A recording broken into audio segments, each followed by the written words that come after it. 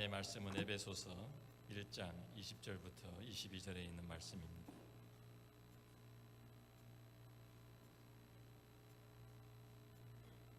다 같이 한 목소리로 읽으면 좋겠습니다. 그의 능력이 그리스도 안에서 역사하사 죽은 자들 가운데서 다시 살리시고 하늘에서 자기의 오른편에 앉히사 모든 통치와 권세와 능력과 주권과 이 세상뿐 아니라 오는 세상에 일컫는 모든 이름 위에 뛰어나게 하시고 또 만물을 그의 발 아래에 복종하게 하시고 그를 만물 위에 교회의 머리로 삼으셨느니라. 아멘. 우리가 계속해서 새 번역 사도신경을 가지고 신앙을 고백하고 있는데요. 같이 오늘도 새 번역 가지고 우리 함께 힘차게 큰 목소리로 함께 우리 신앙을 고백하면 좋겠습니다. 같이 고백합니다. 나는 전능하신 아버지 하나님 천지의 창조주를 믿습니다. 나는 그의 유일하신 아들 우리 주 예수 그리스도를 믿습니다. 그는 성령으로 잉태되어 동정녀 마리아에게서 나시고 본디오 빌라도에게 고난을 받아 십자가에 못 박혀 죽으시고 장사된 지 사흘 만에 죽은 자 가운데서 다시 살아나셨으며 하늘에 오르시어 전능하신 아버지 하나님 우편에 앉아 계시다가 거기로부터 살아있는 자와 죽은 자를 심판하러 오십니다. 나는 성령을 믿으며 거룩한 공교회와 성도의 교제와 죄를 용서받는 것과 몸의 부활과 영생을 믿습니다. 아멘. 사도신경은 삼위일체의 순서로 우리의 믿음의 고백이 정리되어 있다라고 말씀을 드렸습니다. 성부 하나님에 대한 우리의 믿음의 고백이 먼저 나오죠. 나는 전능하신 아버지 하나님 천지의 창조주를 믿습니다. 성자 예수님에 대한 우리의 믿음이 이어집니다. 나는 그의 유일하신 아들 우리 주 예수 그리스도를 믿습니다. 그리고 성령 하나님에 대한 우리의 믿음의 고백입니다. 나는 성령을 믿습니다. 우리 예수님에 대한 이 부분이 좀 이렇게 잘 또 다시 세분화되어 있는데 5가지 사건을 우리들에게 말씀해 주고 있습니다. 예수님의 탄생과 동정녀 탄생이죠. 예수님의 십자가의 죽으심과 또 3일 만에 부활하심과 이제 또 하늘에 오르시는 이 승천과 다시 오시는 재림입니다. 오늘은 지난주에 우리 부활을 다루었는데 오늘은 사도신경에 하늘에 오르시어 전능하신 아버지 하나님 우편에 앉아 계시다가라는 이 대목의 말씀을 함께 나누도록 합니다. 우리 신약 성경을 보면 오늘 본문 이외에도 여러 부분에서 우리 주님이 부활하신 후에 승천하셨다라는 말씀들이 계속 증언되고 있습니다. 히브리서 1장 1절부터 3절 말씀을 보면 옛적의 선지자들을 통하여 여러 부분과 여러 모양으로 우리 조상들에게 말씀하신 하나님이 이 모든 날 마지막에는 아들을 통하여 우리에게 말씀하셨으니 이 아들을 만유의 상속자로 세우시고 또 그로 말미암아 모든 세계를 지으셨느니라. 이는 하나님의 영광의 광채시요 그 본체의 형상이시라. 그의 능력의 말씀으로 만물을 붙드시며 죄를 정결하게 하는 일을 하시고 높은 곳에 계신 지극히 크신 이의 우편에 앉으셨느니라. 그래서 높은 곳에 계신 하늘 위에 계신 우리 하나님 아버지 우편에 앉으셨다라고 우리에게 말씀해 줍니다. 베드로전서 3장 22절에도 역시 우리에게 이런 말씀이 있죠. 그는 하늘에 오르사 하나님 우편에 계시니 천사들과 권세들과 능력들이 그에게 복종하느니라. 제가 대학교 때부터 성경을 본격적으로 읽기 시작했는데요. 성경을 읽다 보면 성경을 읽으면서 어떠한 이제 질문들이 굉장히 많이 생겼어요. 그래서 그냥 저는 좀 뭐랄까요, 이 호기심이랄까 이런 것들도 많아가지고 제가 궁금한 게 있으면 참 참지를 못합니다. 근데 성경을 보다가도 이런 궁금증들이 많이 생기더라고요. 그래서 그것을 다시 성경을 통해서 읽어가면서 풀어가면서 제 신앙이 성장한 것 같습니다. 자, 근데 이 예수님이 승천하셨다라는 말씀을 제가 읽으면 성경에서 읽으면서 이런 질문이 저한테 들어오는 거예요. 예수님께 죽음에서 부활하신 후에 왜 이 땅에 남아 계시지 않고 이 땅에 남아 계셨으면 훨씬 더 좋았을 텐데 왜 하늘로 올라가셨을까? 이 땅에 남아 계시면서 부활하신 몸으로 이 땅에 계시면 참 온갖 이적과 기사 막 사람들에게 보여주실 수 있는데 그러면 많은 사람들이 몰려오고 많은 사람들이 믿게 되지 않았을까? 그런 생각을 해보았습니다. 그러면서 그런 궁금증을 가지고 있었는데 제가 성경을 또 계속 읽다 보니까 누가복음 16장에 거지 나사로와 부자 이야기가 나오죠. 예수님께서 그 거지 나사로가 이제 그 부자의 대문 앞에서 구걸을 하면서 거기서 나오는 음식들을 먹고 살다가 이제 그 죽습니다. 죽어서 이제 하늘 아브라함의 품에 안기게 되고, 또 이 부자도 역시 죽어가지고 호의호락 이제 하다가 이제 죽게 되어서 이제 지옥에 떨어졌어요. 그래서 거기에서 이루어지는 대화를 주님이 말씀하신 내용입니다. 근데 그 가서 보니까 이 부자가 지옥의 불에 떨어져가지고 그 뜨거운 데서 고통 가운데 보니까 좀 멀리 아브라함 품에 이 나사로가, 거지 나사로가, 자기 집 문 앞에 있던 거지 나사로가 거기에서 아브라함 품 안에 안겨가지고 거기에 참 그 모든 기쁨을 누리고 있는 거예요. 그래서 자기는 너무 고통스러우니까 아브라함에게 요청을 합니다. 아버지, 그 아브라함이요, 그 나사로를 보내서 손끝에다가 이 물방울 좀 죽여가지고 내 혀끝을 좀 서늘하게 해주십시오. 내가 고통 가운데 지금 괴롭습니다. 그러니까 아브라함이 대답하기를, 너와 우리 사이에는 큰 구렁이 있어서 건너갈 수도 없고 건너올 수도 없다. 그렇게 대답을 합니다. 그러니까 또 이 부자가 그럼 다시 또 청합니다. 우리 누가복음 16장 27절부터 이런 말씀이 나오는데요. 16장 27절부터 31절 말씀 보면, 이르되 그러면 아버지여 구하오니 나사로를 내 아버지 집에 보내소서. 내 형제 5이 있으니 그들에게 증언하게 하여 그들로 이 고통받는 곳에 오지 않게 하소서. 그러면 나는 이렇게 됐지만 내 형제들이 5이나 있는데 그 사람들도 여기 오지 않도록 나사로를 좀 보내주십시오. 그래서 이 말을 좀 전하게 해주십시오. 그랬더니 아브라함이 하는 말이 또 이렇습니다. 그들에게 모세와 선지자들이 있으니 그들에게 들을지니라. 모세와 선지자는 성경을 가리키는 말입니다. 성경이 있으니까 성경을 보면 된다. 그러니까 이 부자가 다시 또 대답을 합니다. 이르되 그렇지 아니하니이다. 아버지 아브라함이여, 만일 죽은 자에서 여기서 그들에게 가는 자가 있으면 회개하리이다. 죽은 자가 살아 돌아와서 전하면 믿지 않겠습니까? 그 얘기죠. 그런데 아브라함의 대답이 이렇습니다. 이르되 모세와 선지자들에게 듣지 아니하면, 성경을 읽고 듣고서도 믿지 아니하면 비록 죽은 자 가운데서 살아나는 자가 있을지라도 권함을 받지 아니하리라 하였다 하시니라. 그렇지 않습니까? 죽은 자가 다시 살아와서 증언을 한다 하더라도 의심하는 사람들은 계속 의심하고요, 믿지 않는 사람들은 계속 믿지 않습니다.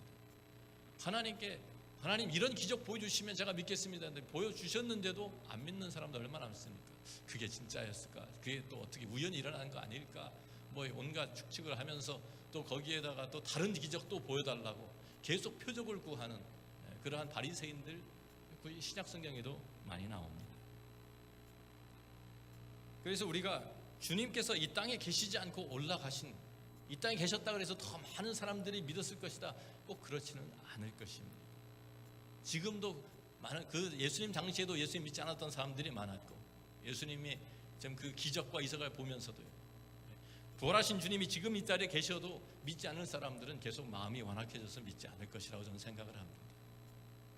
주님의 승천이 그렇기 때문에 꼭 이 땅에 계신다고 믿는 사람이 더 많아질 것은 아니라고 생각을 해요. 주님의 승천은 그러면 어떤 의미가 있느냐 하면, 주님의 지상의 그 사역이, 이 땅에서의 그 사역이 완성되었음을 승천으로 보여주시는 것입니다. 신약성경에 보면 주님의 승천을 표현할 때 아버지께로 돌아간다라는 그런 표현을 쓰십니다. 예수님께서 요한복음 7장 33절 하신 말씀을 보면, 예수께서 이르시되 내가 너희와 함께 조금 더 있다가 나를 보내신 이에게로 돌아가겠노라. 아버지께서 나를 보내셨는데 이제 아버지께 내가 돌아간다, 나를 보내신 이에게 돌아간다 라고 그렇게 말씀하십니다. 요한복음 16장 28절에서도 내가 아버지에게서 나와 세상에 왔고 다시 세상을 떠나 아버지께로 가노라 하시니 말씀하십니다. 자, 하나님 아버지께서 이 땅에 예수 그리스도를 보내신 이유가 무엇입니까? 바로 구속의, 우리의 그 구속의 사역을 위해서입니다. 동정녀 탄생과 십자가의 죽으심과 3일 만에 부활하심으로 우리를 구원하시는 그 구속의 사역이 주님에 의해서 완성이 되었습니다. 이 땅에 오신 그 목적을 이루신 것이죠. 그래서 우리가 구원받는 것은 예수님의 구속의 사역이 우리 한 사람 한 사람에게 적용되면서 우리가 믿음으로 주님께 반응을 보일 때 우리가 구원이 우리 안에서 이루어지는, 우리가 구원을 받게 되는 거예요. 근데 이 단계는요, 예수님께서 하시는 사역이 아니라 성령님께서 하시는 사역입니다. 성령의 사역으로 이 우리의 구원이, 우리가 그 구원에 들어갈 수 있는 거예요. 그 구원이 우리에게 적용되는 거예요. 자, 그런데 그래서 예수님께서 요한복음 16장에 제자들에게 하신 말씀 가운데 7절 8절 말씀 보시면 이런 말씀이 있습니다. 같이 한번 읽습니다. 그러나 내가 너에게 실상을 말하노니 내가 떠나가는 것이 너에게 유익이라. 내가 떠나가지 아니하면 보혜사가 너에게로 오시지 아니할 것이요 가면 내가 그를 너희에게로 보내리니 그가 와서 죄에 대하여 의에 대하여 심판에 대하여 세상을 책망하시리라 그랬어요. 그래서 예수님이 떠나가셔야 보혜사 성령이 오시고, 보혜사 성령이 오시게 되는 것은 예수님께서 가셔서 그를 보내시기 때문이다 라고 말씀하시죠. 또 요한복음 14장 16절 17절 말씀 보니까 내가 아버지께 구하겠으니 그가 또 다른 보혜사를 너희에게 주사 영원토록 너희와 함께 있게 하리니 그는 진리의 영이라. 세상은 능히 그를 받지 못하나니 이는 그를 보지도 못하고 알지도 못함이라. 그러나 너희는 그를 아나니 그는 너희와 함께 거하시며 또 너희 속에 계시겠음이라. 올림픽 경기를 어제 저녁에도 잠깐 보았는데요, 우리 리오에서 올림픽 경기가 시작이 되었습니다. 그래서 거기에 보면은 여러 가지 경기 종목들이 많지 않습니까? 그런데 거기에 특별히 수영이든지 아니면 달리기든지 이 계주가 있습니다. 릴레이 하는 것이 있어요. 그래서 혼자서 하는 것이 아니라 100m씩, 그래서 네 사람이 400m를 계주를 한다, 릴레이를 한다. 그러면은 혼자만 잘해서 되는 것이 아니에요. 네 사람이 다 잘 뛰어야죠. 그래야 우승을 하고 금메달을 목에 겁니다. 자, 지금 어떻게 보면은 이 버튼을 넘겨주고 팀워크로 이루어지는 것이잖아요. 한 사람이 그 다음 사람 자기 맡은 구역을 다 뛰면 그 다음에 넘겨주고 또 그 사람이 또 넘겨주고 하는 식으로 예수님과 성령님의 사역이 그렇게 팀워크로 이루어진다는 그 말이에요. 예수님께서 이 땅에 오셔가지고 구속의 그 사역을 기본을 다 완성해 놓으셨습니다. 이제 성령님께서 오시면서 성령님께서 이제 그 버튼을 이어받아서 이 땅에 오셔서 성령의 사역이 이 땅에서 이제 시작이 되고 이어지고 있는 것입니다. 그래서 사도행전 2장에는 예수님께서 제자들에게 약속하신 것처럼 오순절날 그 성령이 그 교회에 강림하신 것을 우리가 찾아봅니다. 그리고 사도 베드로가 그 설교를 하죠. 그래서 사도행전 2장 32절 33절 마지막 부분에 이렇게 결론을 내립니다. 이 예수를 하나님이 살리신지라 우리가 다 이 일의 증인이로다. 하나님이 오른손으로 예수를 높이심에 승천하셨어요. 그래서 그가 약속하신 성령을 아버지께 받아서 너희가 보고 듣는 이것을 부어 주셨느니라. 성령이 임하신 거예요. 성령이 임하셔서 그 구원의 다음 단계, 우리에게 구원이 적용되는 그 단계를, 그 사역을 시작하신 것입니다. 사도행전 1장 8절 우리가 잘 아는 말씀 보면 여기에 성령이 주체가 되어서 우리를 또 사용하시는 것을 우리가 알죠. 오직 성령이, 다 같이 한번 읽습니다. 오직 성령이 너에게 임하시면 너희가 권능을 받고 예루살렘과 온 유대와 사마리아와 땅 끝까지 이르러 내 증인이 되리라 하시니라. 그렇죠? 이 땅에서 이 복음의 사역, 이 구원의 사역은 성령께서 주체가 되시고 이끌어 가시고 우리를 사용하셔서 우리의 성령 충만하게 하셔서 우리가 성령을 받고 우리가 전 모든 예루살렘 온 유대 사마리아와 땅 끝까지 이르러 예수 그리스도의 증인이 되는 것으로 이 복음 사역이 이루어지고 있는 것입니다. 이 모든 것이 예수님께서 승천하시고 예수님께 약속하신 성령을 우리에게 부어주심으로 시작이 된 거예요. 그래서 주님께서는 이 땅의 사역을 마치시고 하늘로 올라가시고 성령께서는 우리에게 이 땅에 오시면서 성령께서 이제 아버지와 아들의 그 보내심을 받아 이 땅에 오셔서 우리 안에서 이제 사역을 새롭게 제 그 다음 단계로 이어가시는 것이죠. 자, 그러면 이제 주님은 하늘에 올라가셔서 내 할 일 다 했다. 나는 이제 편히 쉴란다. 이 베이케이션 이제 해야 될 때겠다. 그러고 계시는 것입니까? 하나님 보좌 우편에 앉아 계셔가지고 편안하게 그냥 보고 구경만 하고 계시는 것입니까? 그렇지가 않습니다. 주님이 이 땅의 지상의 사역은 끝났는데 하늘의 사역을 또 시작하셨어요. 하늘의 사역이 있는 것입니다. 이제 하늘에 오르셔서 하늘의 사역 감당하시는데 요한복음 14장 1절부터 3절 말씀 보면 이런 말씀이 나오죠. 요한복음 14장 1절부터 3절에 너희는 마음에 근심하지 말라. 하나님을 믿으니 또 나를 믿으라.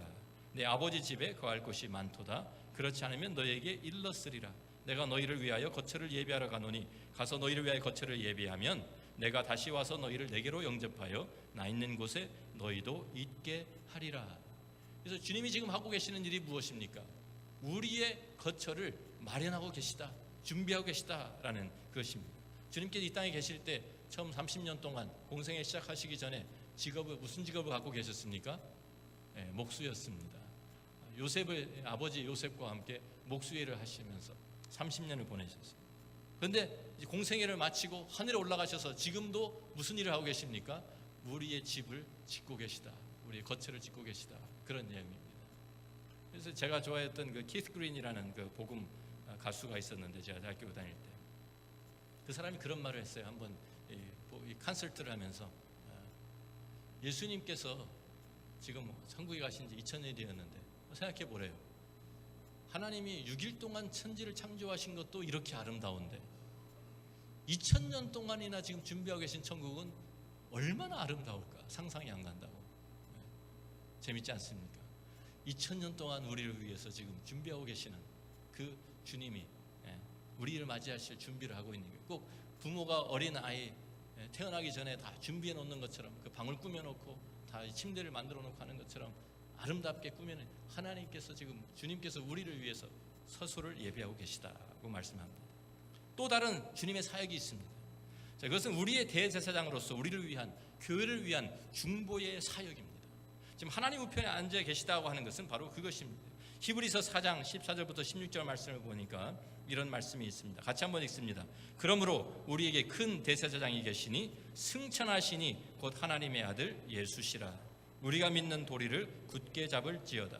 우리에게 있는 대제사장은 우리의 연약함을 동정하지 못하실 리가 아니요 모든 일에 우리와 똑같이 시험을 받으시니로되 죄는 없으시니라.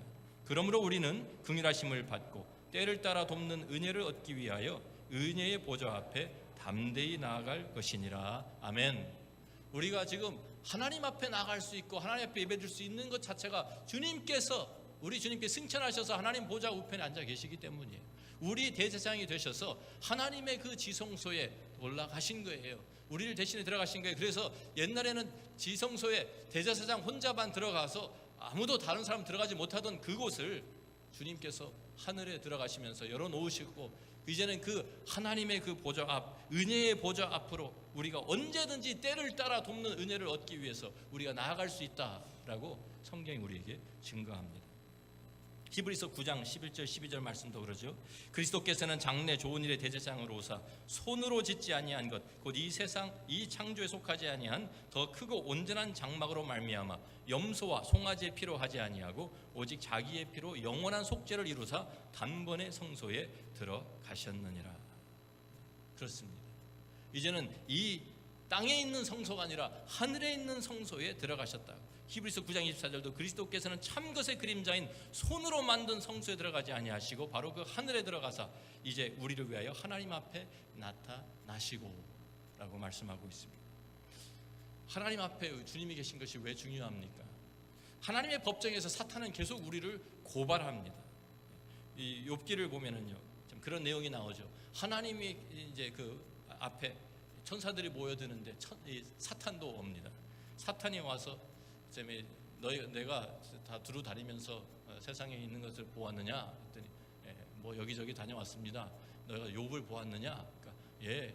그러면서 이제 욥이 얼마나 신실한지를 이제 하나님께서 말씀하시니까 욥이 하나님 그에게 많은 복을 주셨으니까 뭐 물질도 주시고 다 뭐 자녀도 허락하시고 그러니까 하나님 섬기고 있지. 그거 다 거두어 보십시오.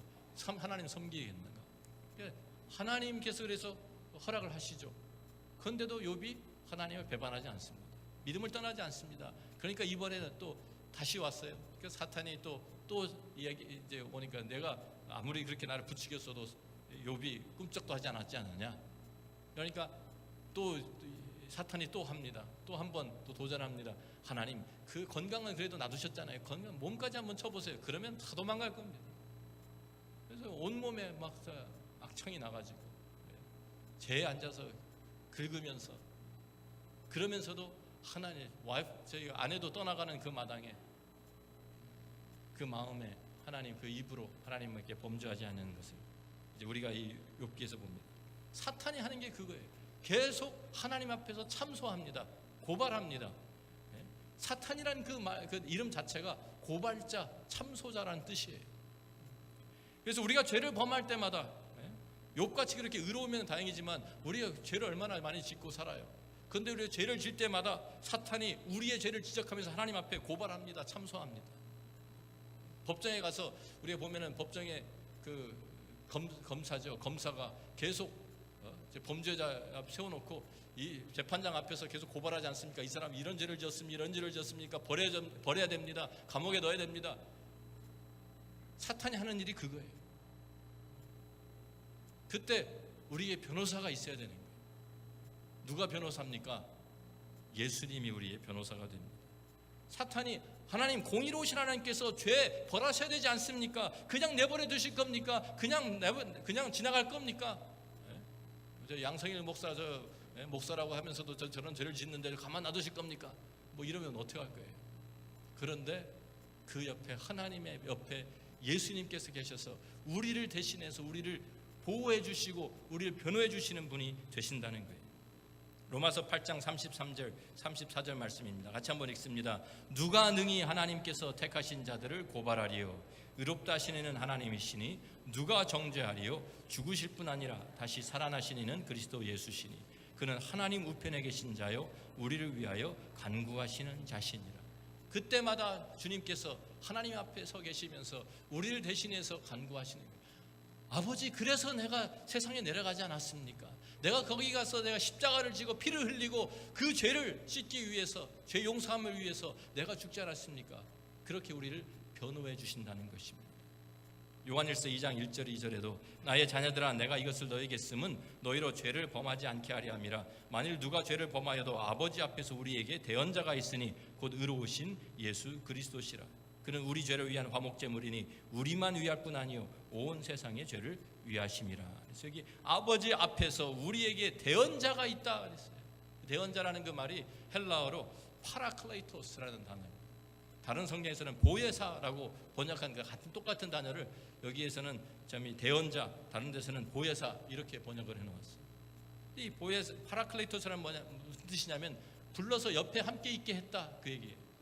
법정에 가는데 내가 죄를 지었는데 혼자 가면 어떻게 됩니까? 내가 두렵고 나를 변호할 수가 없으니까 변호사를 데리고 가는 것처럼 그게 변호사가 파라클레이토스예요.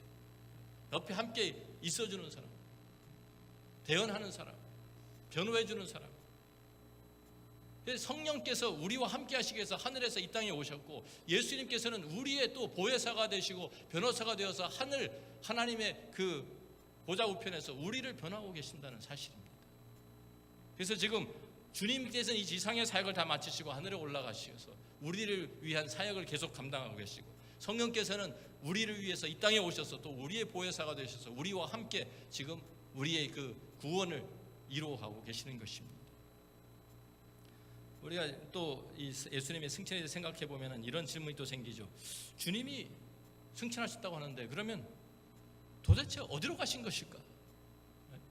그런 생각 안 듭니까? 저는 그런 생각까지도 이제 질문들이 생겼어요. 아니 구름이 이렇게 있는데 구름이 가려서 보이지 않게 되었다 그랬는데 그 구름 지나면은 우리가 다 아는 대로 뭐 대기권 지나면 그 다음에 태양계 나오고 그 다음에 은하계 나오고 그래서 우주잖아요. 그럼 어디로 가신 거예요 도대체?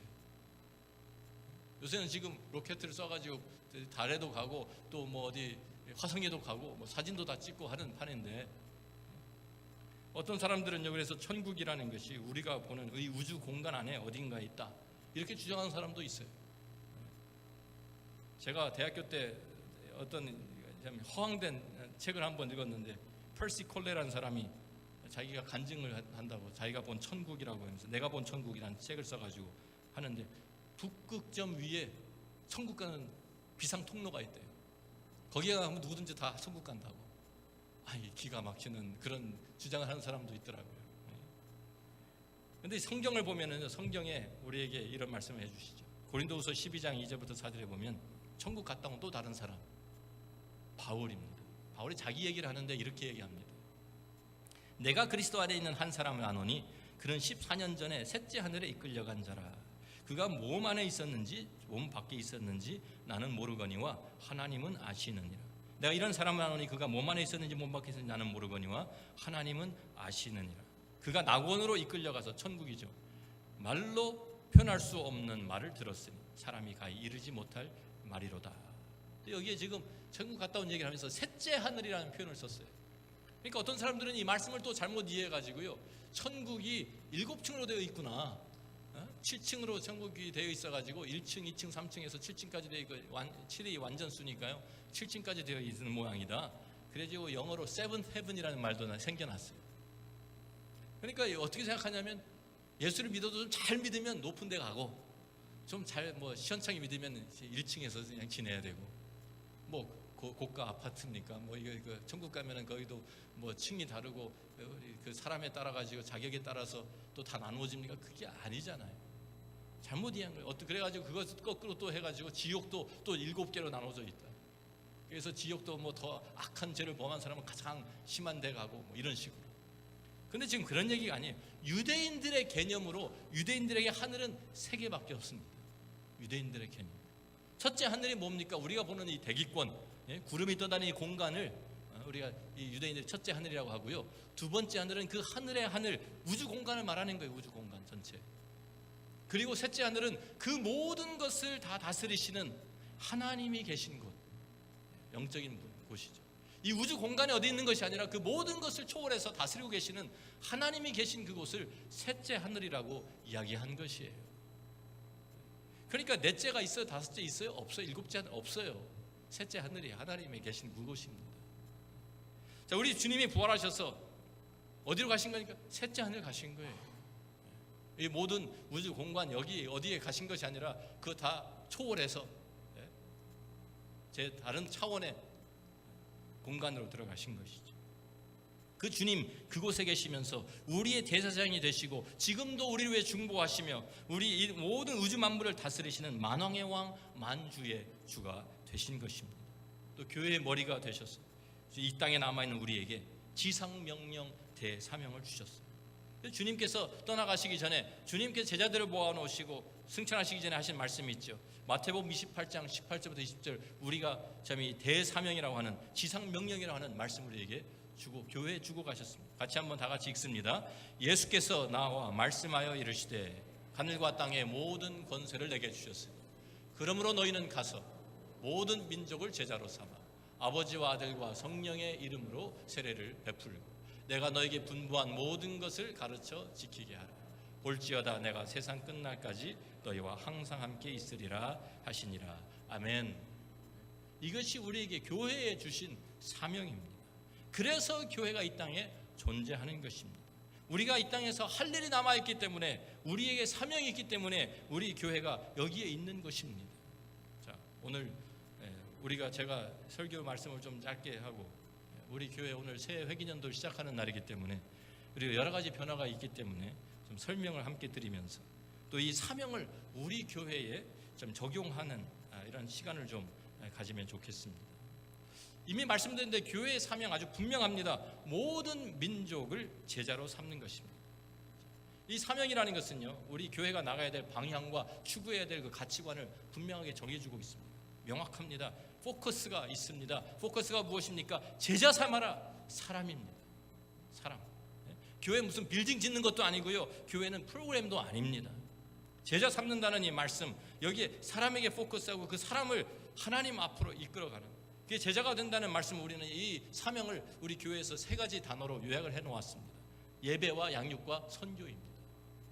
예배, 양육, 선교, 제자가 된다는 것은 하나님을 바로 아는 예배자가 되는 것입니다. 우리가 하나님을 바로 알아야 바른 예배자가 될 수 있어요. 또 제자가 된다는 것은 예수님의 가르침을 받아서 예수님을 점점점 닮아가는 것입니다. 그것이 양육입니다. 제자가 된다는 것은 또한 이 예수님을 내가 믿는 예수님을 세상에 전하는 거예요. 그게 선교입니다. 이 밸런스를 잘 갖추어야 건강한 성도, 건강한 교회가 될 수 있습니다. 건강이라는 것이 몸에 조화가 잘 되는 거 아니에요, 그죠? 밸런스, 특별히 한의학에서 그렇게 얘기하더라고요. 우리가 이 밸런스가 균형이 잘 맞아야 돼요. 예배로만 아니고 양육만 아니고 선교만 아니라 이것이 다 돼야 조율이 되고 서로 이렇게 밸런스가 되어야지 건강한 성도, 건강한 교회가 되는 것입니다. 숫자만 많이 모인다고 건강한 교회가 아니에요. 몇천 명 모였는데도 건강하지 않은 교회가 얼마든지 많습니다. 많이 모였는데 서로 싸우고 다투고 법정 나가고 그런 교회들이 얼마나 많아요. 제가 좋아하는 후안 올티즈 목사님이 남미에서 목회하실 때 그 목회 개척을 교회를 개척해가지고 열심히 하니까 교인들이 점점 모이기 시작했어요. 그래서 뭐 100명이 되고 그다음에 200명이 되고 500명이 되고 막 1000명 가까이 되니까 이 마음에 너무 자기가 뿌듯해가지고 자기 스스로 하나님 앞에 기도하면서 하루는 그랬대요. 하나님, 저도 이렇게 마음이 기쁜데 교회가 점점 성장하는 걸 보니까 하나님도 기쁘시죠?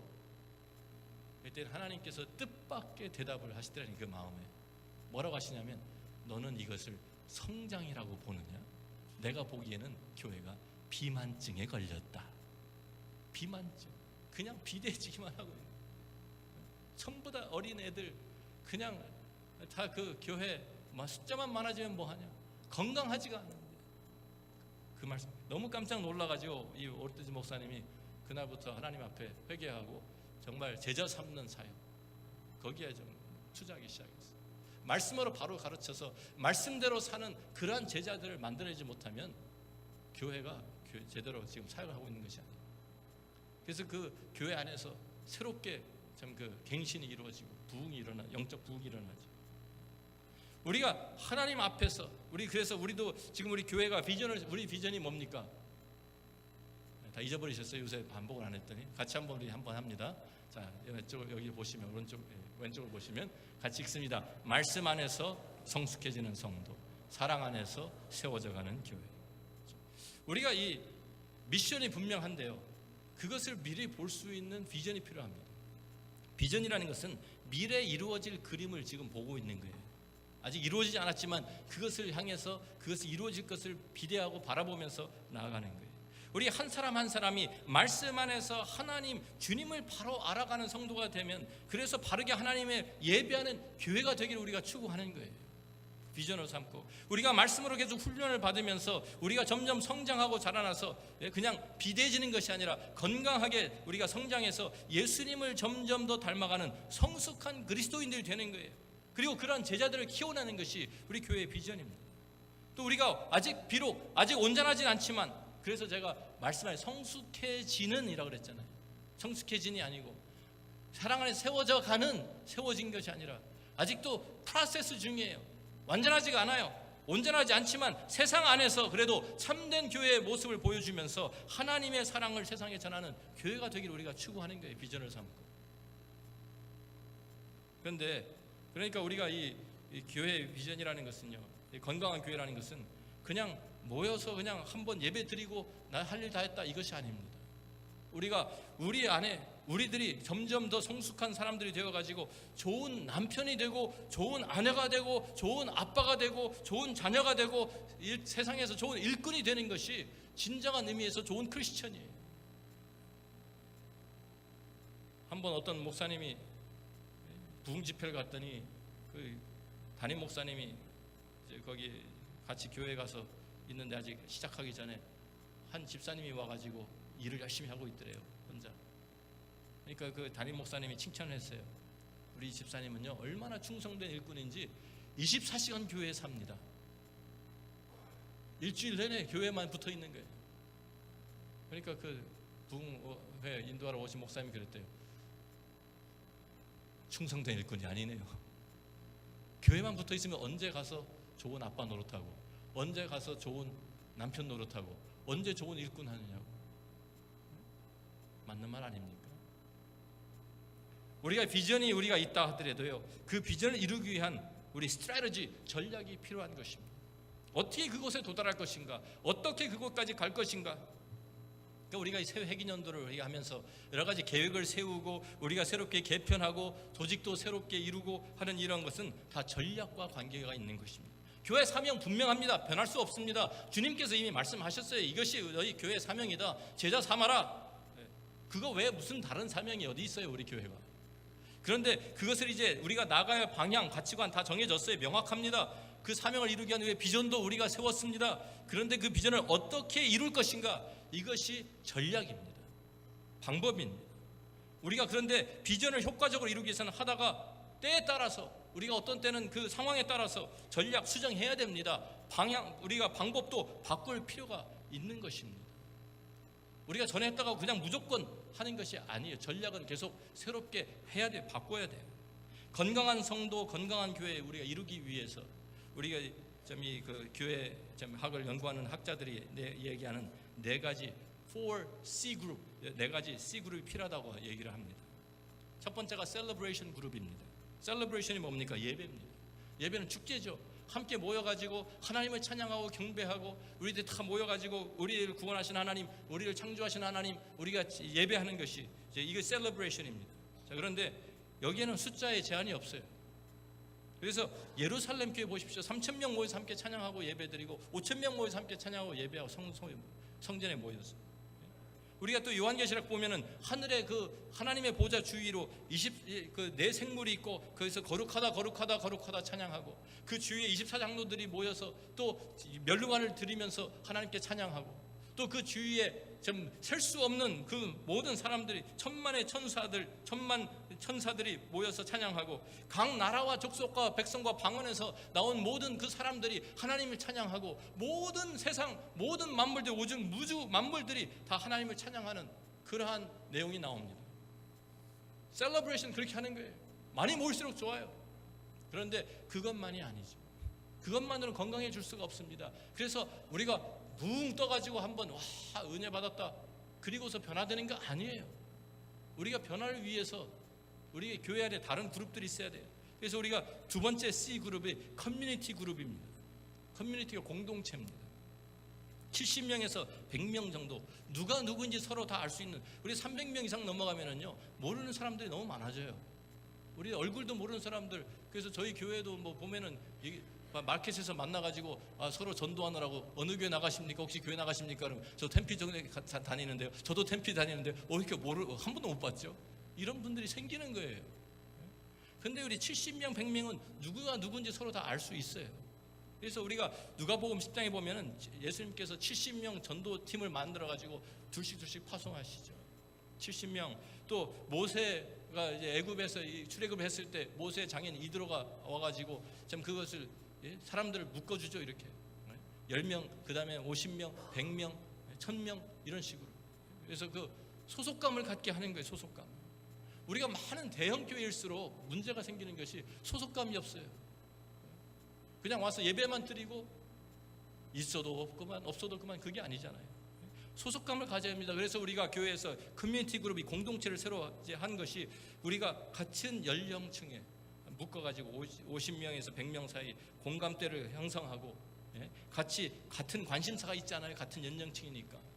그래서 젊은 사람들은 우리 20대 30대는 자녀 교육 아니면 청년들은 결혼 배우자 아니면 또 그 지금 이제 앞으로 이 은퇴를 앞두고 계신 분들은 노후 대책 생각하고 관심이 있고 또 은퇴하신 분들은 지금 나이 드신 분들은 건강 관리 이런 데 관심이 있잖아요. 그런 것을 함께 나누면서 그런 필요를 함께 나누고 서로 돌볼 수 있는 그런 그룹이 필요한 거예요. 같이 공동체로 나아가는.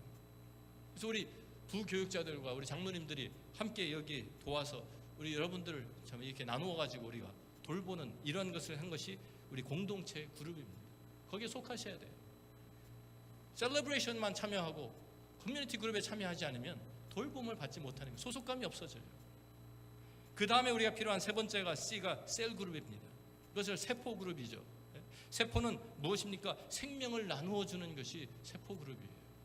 그래서 여기에 많은 사람들이 할 수가 없어요. 6명에서 12명 이게 맥시멈입니다. 우리 하나님 예수님께서도 제자들을 훈련시키시는데 그 사람들의 삶을 변화시켜야 되니까 50명씩 몰고 다니신 거 아니에요. 12명 따로 12명 맥시멈이에요. 가정에서 함께 모여서 떡을 떼고 함께 성경을 나누고 공부를 하고 사역을 나누고 삶을 나누고 사랑을 나누고 아픔도 나누고 기도 제목도 서로 나누고 서로 돌보고 말씀을 실천하는 그룹. 그것이 셀 그룹이에요.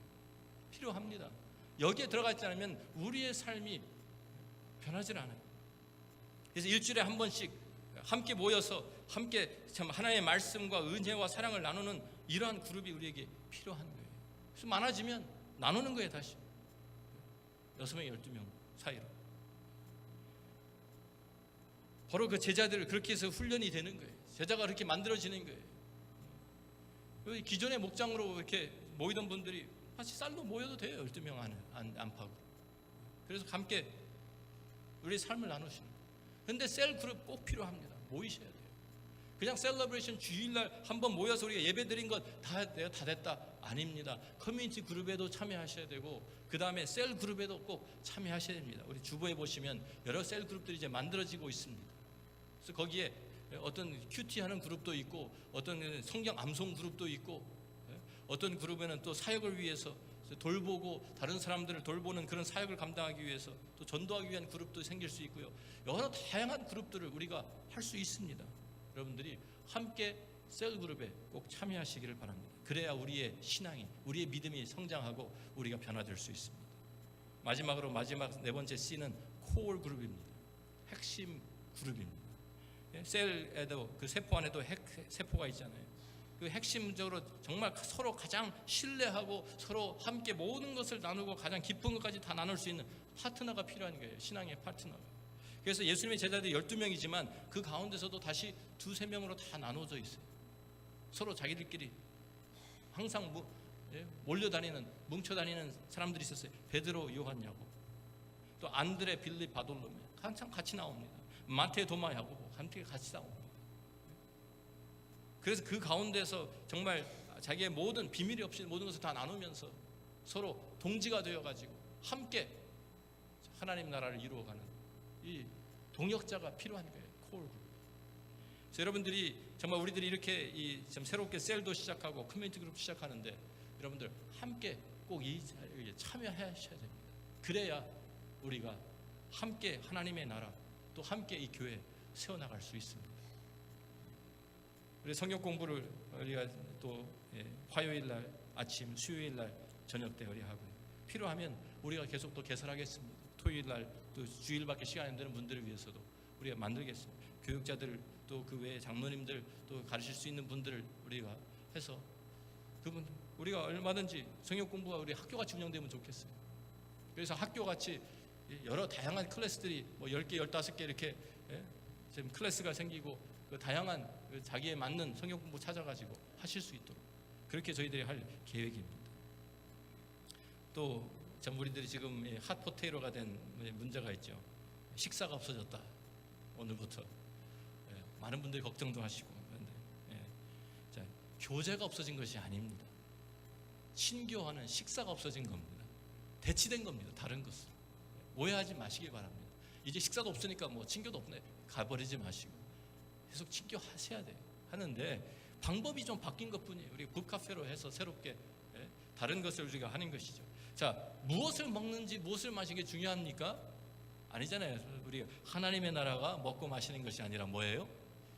성령 안에서 의와 평강과 희락이라 그랬어요.